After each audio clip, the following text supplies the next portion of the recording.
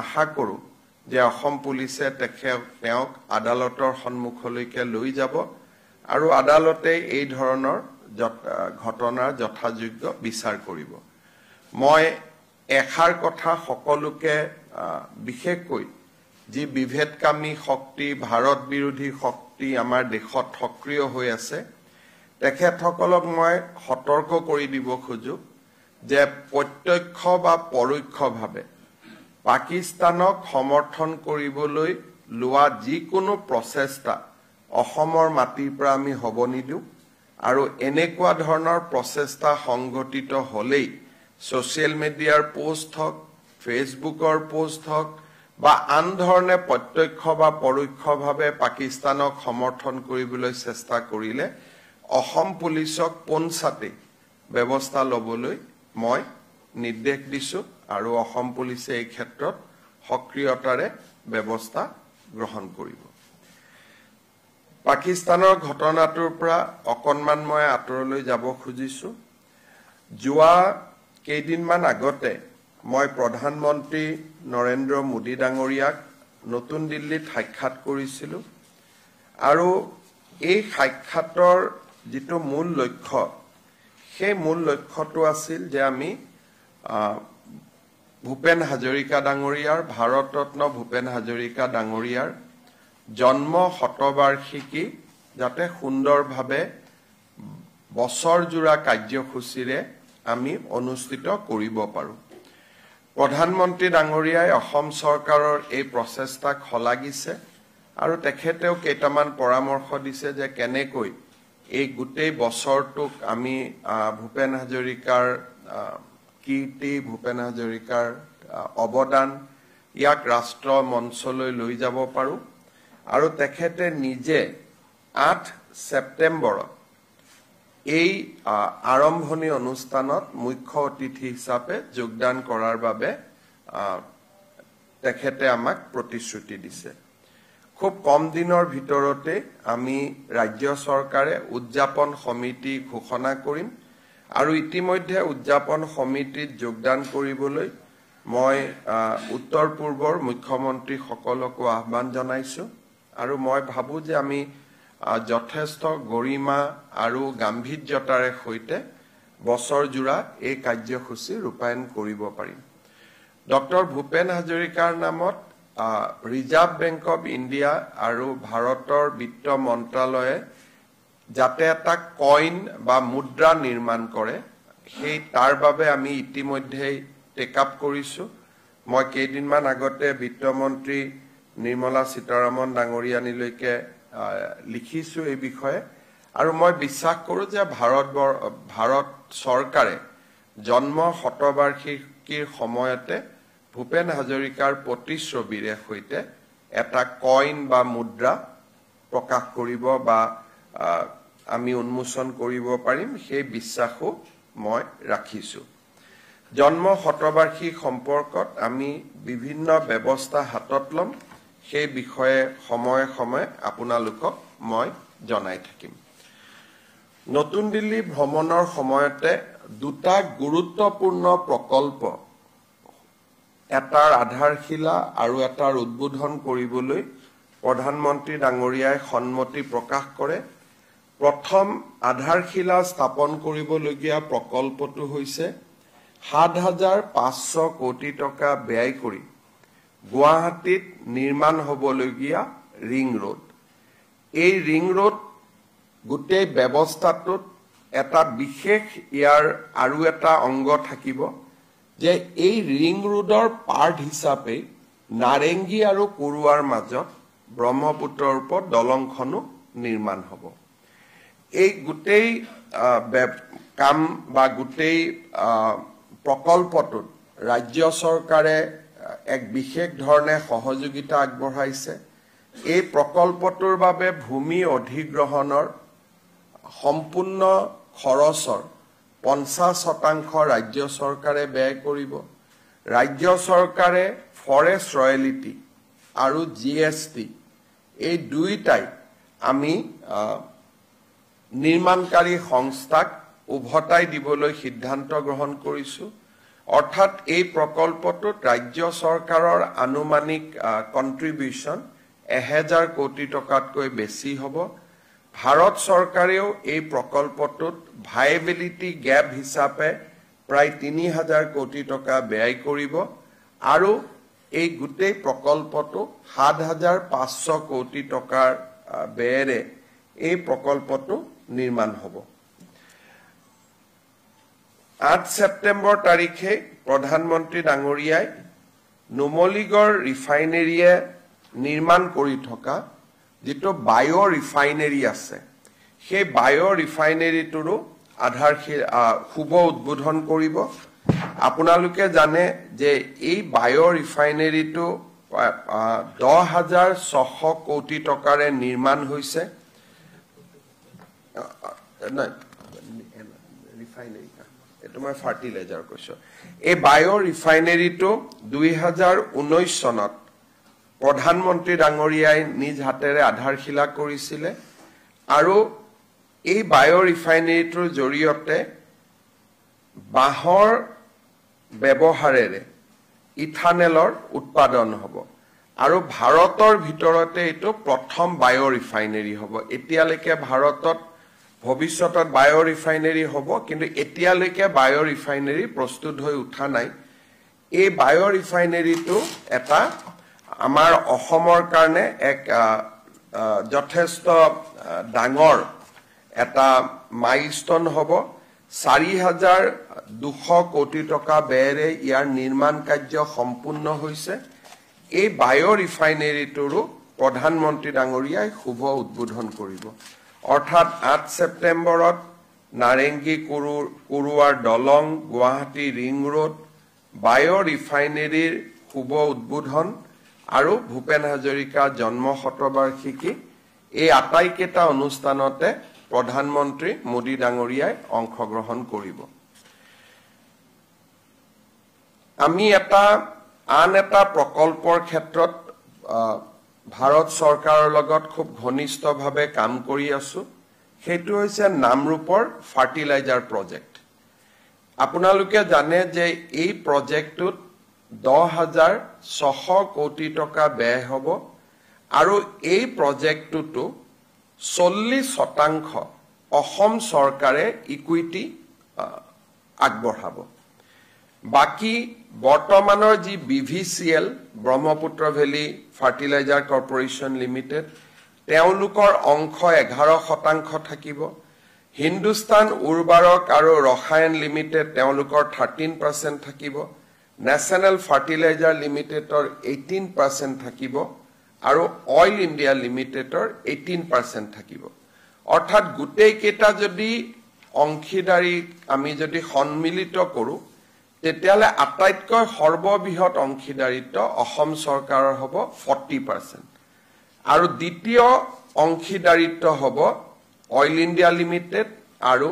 NFL national fertiliser limited 18 আৰু হিন্দুস্তান উৰ্বাৰক ৰসায়ন limited Bharat চৰকাৰৰ এটা সংস্থা PSU তেওঁলোকৰ 13% আৰু বৰ্তমান BVCLৰ 11% অংশীদাৰিত্ব থাকিব আমি নতুন কোম্পানীটো কেনেকে হ'ব পাৰে তাৰ বিষয়ে ভাৰত চৰকাৰৰ লগত সঘনাই কথা পাতি আছো অসম চৰকাৰৰ লগত আলোচনা কৰি নতুন যেটো প্ৰকল্প হ'ব ভাৰত চৰকাৰে সেই কোম্পানীটোৰ নাম Assam fertilizer and chemical company limited নামে নামাকৰণ কৰিবলৈ সিদ্ধান্ত লৈছে তাৰমানে যেটো নতুন কোম্পানী হ'ব এই নতুন কোম্পানীটোৰ নাম হ'ব Assam fertilizer and chemical company limited এতিয়া মানুহৰ মনত প্ৰশ্ন হ'ব যে আগৰ BVCL টো কি হ'ব BVCL সমান্তৰালভাৱে চলি থাকিব অৰ্থাৎ পুৰণা যেটো ব্ৰহ্মপুত্ৰ ভেলী সাৰ কাৰখানা বৰ্তমান চলি আছে ভাৰত চৰকাৰে সেইটোকো বন্ধ নকৰাৰ সিদ্ধান্ত লৈছে অৰ্থাৎ নামৰূপত এতিয়া এটাৰ পৰিৱৰ্তে দুটা সাৰ কাৰখানা হ'ব BVCL টো চলি থাকিব আৰু আসাম ফাৰ্টিলাইজাৰ এণ্ড কেমিকেল যেটো কোম্পানী এইটো চলি থাকিব যেতিয়া নতুন কোম্পানীটো নিৰ্মাণ সম্পূৰ্ণ হ'ব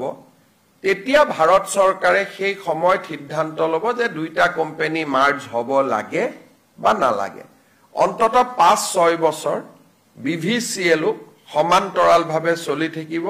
নতুন কোম্পানীটো BVCL অংশীদাৰিত্ব থাকিব 11% আৰু তেওঁলোকৰ নিজৰ ফাৰ্টিলাইজাৰ এতিয়া যে প্ৰডিউস কৰি আছে 3 লাখ মেট্ৰিক টন হেতু চলি থাকিব নতুন কোম্পানীটোৱে ফাৰ্টিলাইজাৰ কৰিব 12.7 লাখ তাৰমানে যদি দুইটা লগাই দিও ই 15.7 লাখলৈকে ই আগবাঢ়ি যাব দেশৰ ভিতৰতে one of the largest fertilizer company ই হবগৈ এই কোম্পানীটোৰ JV এগ্ৰিমেন্ট নতুন কোম্পানী ফৰ্ম কৰা এই গুটেই কামবিলাক বহুত দ্ৰুত গতিত আগবাঢ়ি গৈছে আৰু মই ভাবো যে নতুন কোম্পানীটোৰ কামকাজৰ টেন্ডাৰ আদিও সেপ্টেম্বৰত প্ৰকাশ হ'ব আৰু ডিসেম্বৰৰ ভিতৰত এই নতুন সাৰ কাৰখানাটোৰ আমি কাম আৰম্ভ কৰিব পাৰিম সমান্তৰালভাৱে BVCL যাতে আৰ্থিক সংকটত নপৰে সময়ে সময়ে ভাৰত চৰকাৰে তাতু পুঁজিৰ যোগান ধৰি থাকিব যাতে পুৰণা কোম্পানীটো বন্ধ হৈ নাযায় নতুন কোম্পানীটো নিৰ্মাণ হয় আৰু 5-6 বছৰ পিছত সিদ্ধান্ত লোৱা হ'ব যে পুৰণা নতুন দুইটা একে হৈ যাব নে দুইটাই সমান্তৰালভাৱে আৰু কিছুদিন চলি থাকিব তাৰমানে অসমৰ কাৰণে দুটা ভাল খবৰ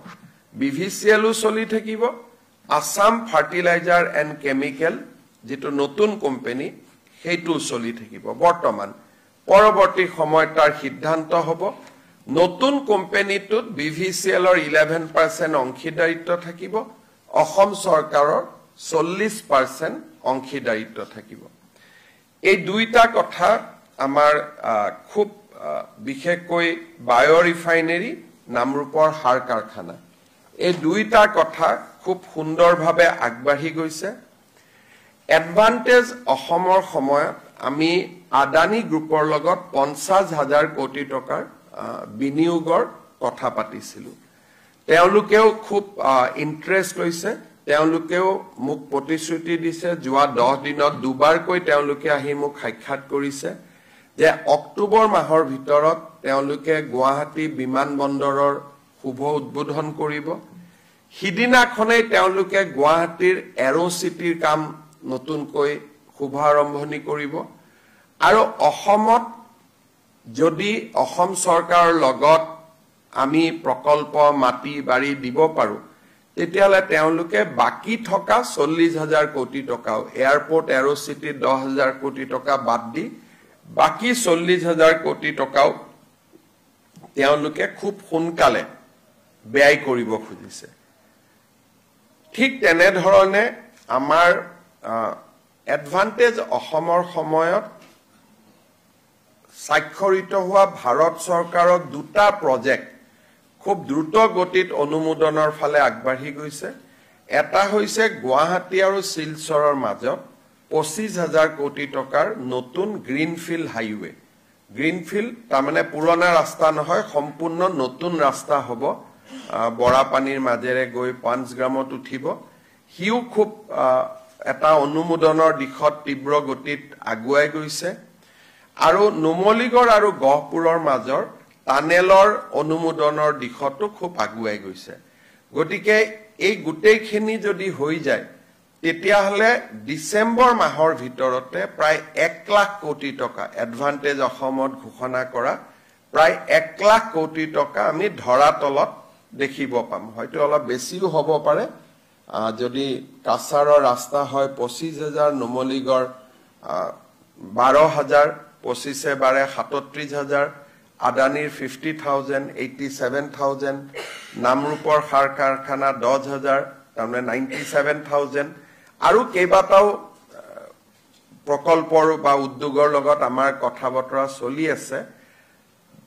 প্ৰায় ডিসেম্বৰ মাহৰ আগতে 1 লাখ কোটি টকাৰ প্ৰকল্পৰ কাম আৰম্ভ হৈ যাব বুলি আমি আশা কৰিছো মানে উল্লেখ কৰাৰ কাৰণ এইটোৱে যে ভাৰতত যিমান ইন্ডাষ্ট্ৰিয়েল সামিট হৈছে ইমান স্পিডত লগে লগে গতি লাভ কৰা আমি অসমে এটা উদাহৰণ হ'ব গৈ আছে আৰু প্ৰধানমন্ত্ৰী ডাঙৰীয়া আৰু গৃহমন্ত্ৰী ডাঙৰীয়াই নিজে যথেষ্ট দিল্লীৰ প্ৰায় তেওঁলোকে কাম কৰি আছে তেওঁলোকে সকলোকে ইনস্পায়াৰ কৰি আছে যাতে অসমৰ ঘোষণাখিনি বাস্তৱত ৰূপায়িত হ'ব পাৰে এইখিনি কথাকে শেয়াৰ কৰিবৰ কাৰণে আপোনালোকক মাতিছিলো কিবা যদি গোটেই কেটা বিষয়ৰ ওপৰত আপোনালোকে সুধিব খোজা সুধিব পাৰে Sir, if you can repeat in English in gist. People of Assam is extremely angry with the recent terrorist attack in Pahalgam.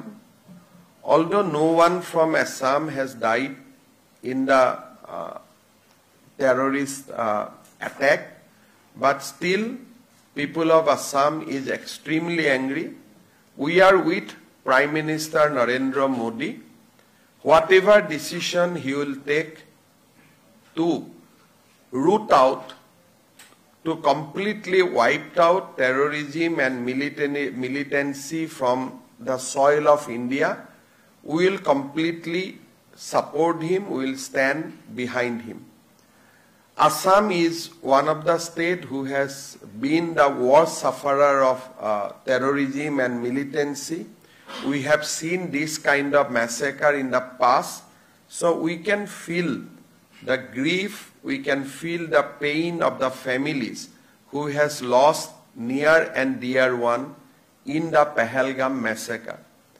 Assam is a very, Assam is not a very huge economically rich state, but at the same time, as a token of gesture, as a token of solidarity, Government of Assam has decided to extend a sum of rupees 5 lakhs to each and every family whose near and dear one has been killed in the massacre. We are also taking strong action against everyone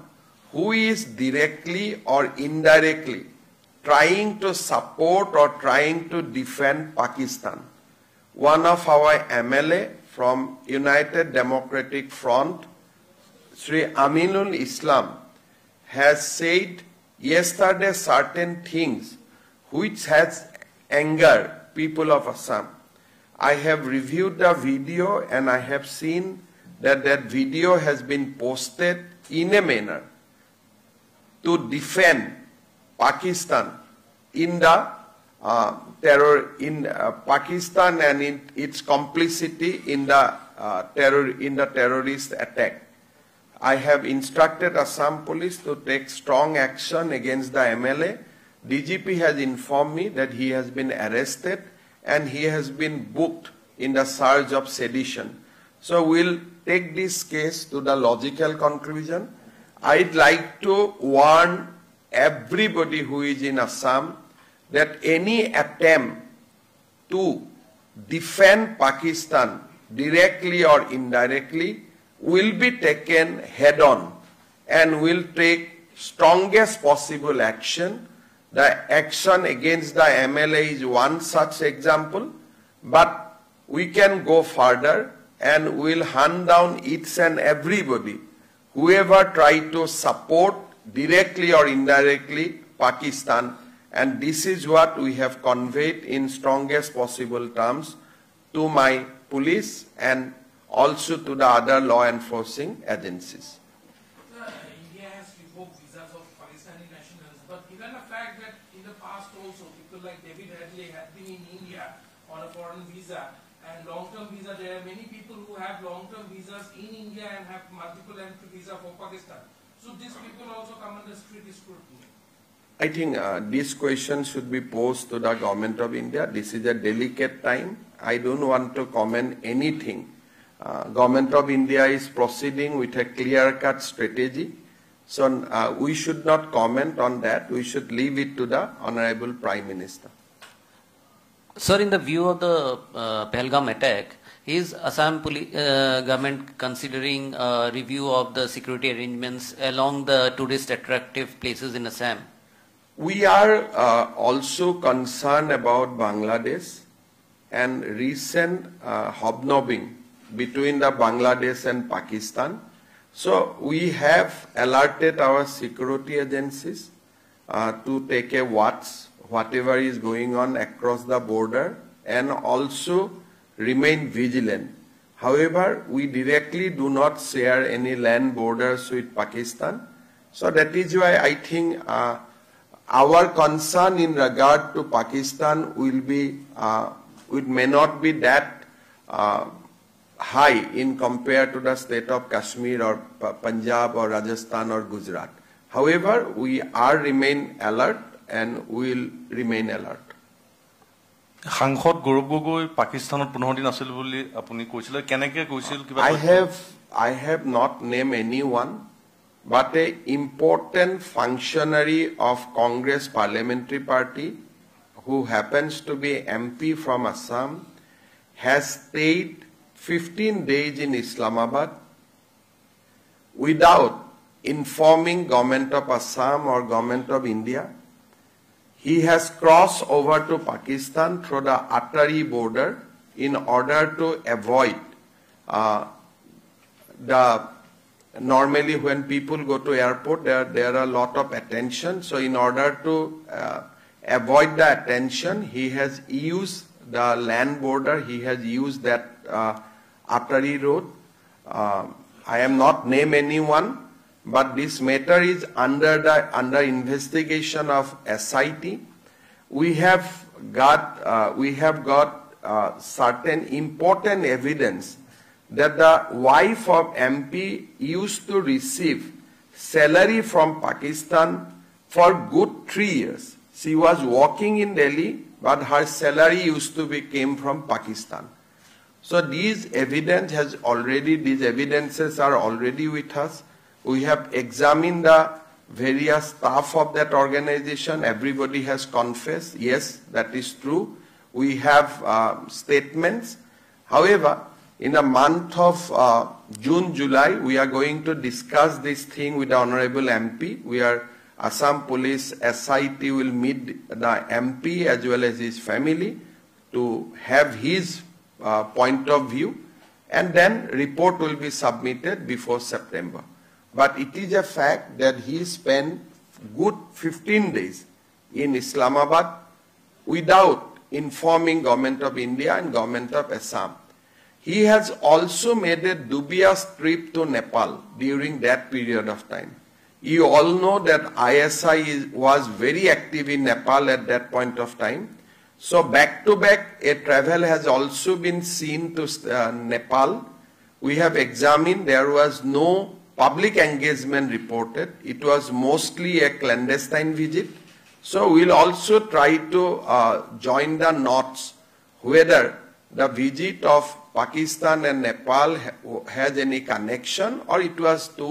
just two independent visits. So all these matters are very, very serious, involving national security. And by September, SIT will bring out the report before the people. মই কোনো সংসদৰ নাম ক'ব খোজা নাই অসমৰ এজন সাংসদে 15 দিন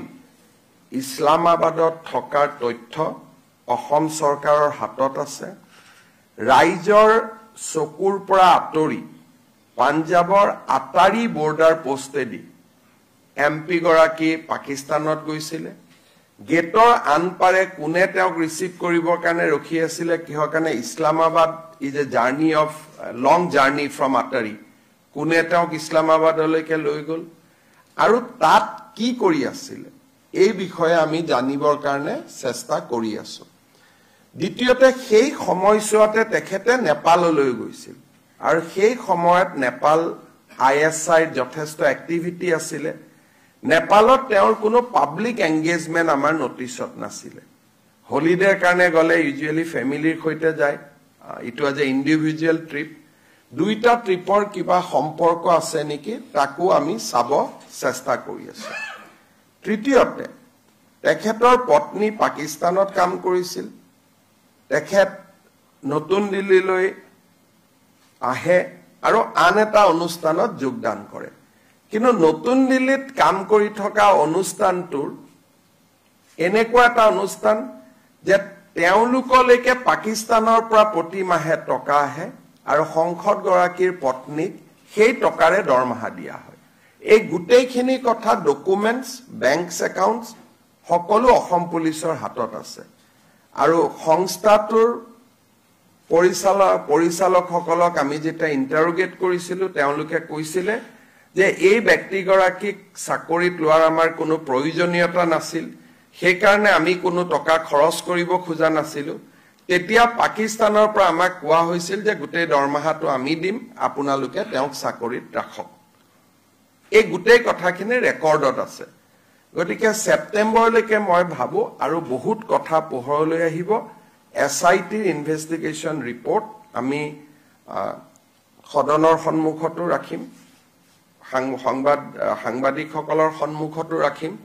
যিমান দূৰলৈকে পাৰো আমি তদন্ত কৰিম আৰু যিমান দূৰলৈ আমি নোৱাৰো ভাৰত চৰকাৰৰ কোনোবা এটা সংস্থাক ফাৰ্ডাৰ তদন্তৰ আমি দায়িত্ব হয়তো দিবলগীয়া হ'ব পাৰে মই ক্ষেত্ৰতে কোনে তেওঁ নিজেই তেওঁ ৰাজনীতি কৰা মানুহ তেওঁক কোনে সহায় কৰিব এটা পাকিস্তানৰ কোনোবা ৰাজনীতিবিদে সহায় কৰিছিল নাই কৰা সেইটোতো মেটাৰ অফ ইনভেষ্টিগেশ্যন আৰু মই জানো মই নিশ্চিত যে কংগ্ৰেছ দলকো তেওঁ এই গোটেই কথাটো জনোৱা নাই গতিকে ইয়াত মই বাকি কোনো কংগ্ৰেছ লিডাৰক টানিব খোজা নাই জুন জুলাই মাহত তেওঁৰ পত্নীক নাই সবকে সুধিম স্বামী পত্নী আমি সবকে সুধিম কাৰণ আমি তেখেতসকলক নুসুধাকৈতো একপক্ষীয়ভাৱেতো একো এটা ৰুলছ নেচাৰেল জাষ্টিচ কিবা এটা অভিযোগ কৰাৰ আগতে দুইজনৰতো ভিউজটো ল'ব লাগিব গতিকে আমি ডেফিনেটলি কথাটো পাতিবই লাগিব আৰু কিবা আছে এখিনি হ'ব ঠিক আছে ধন্যবাদ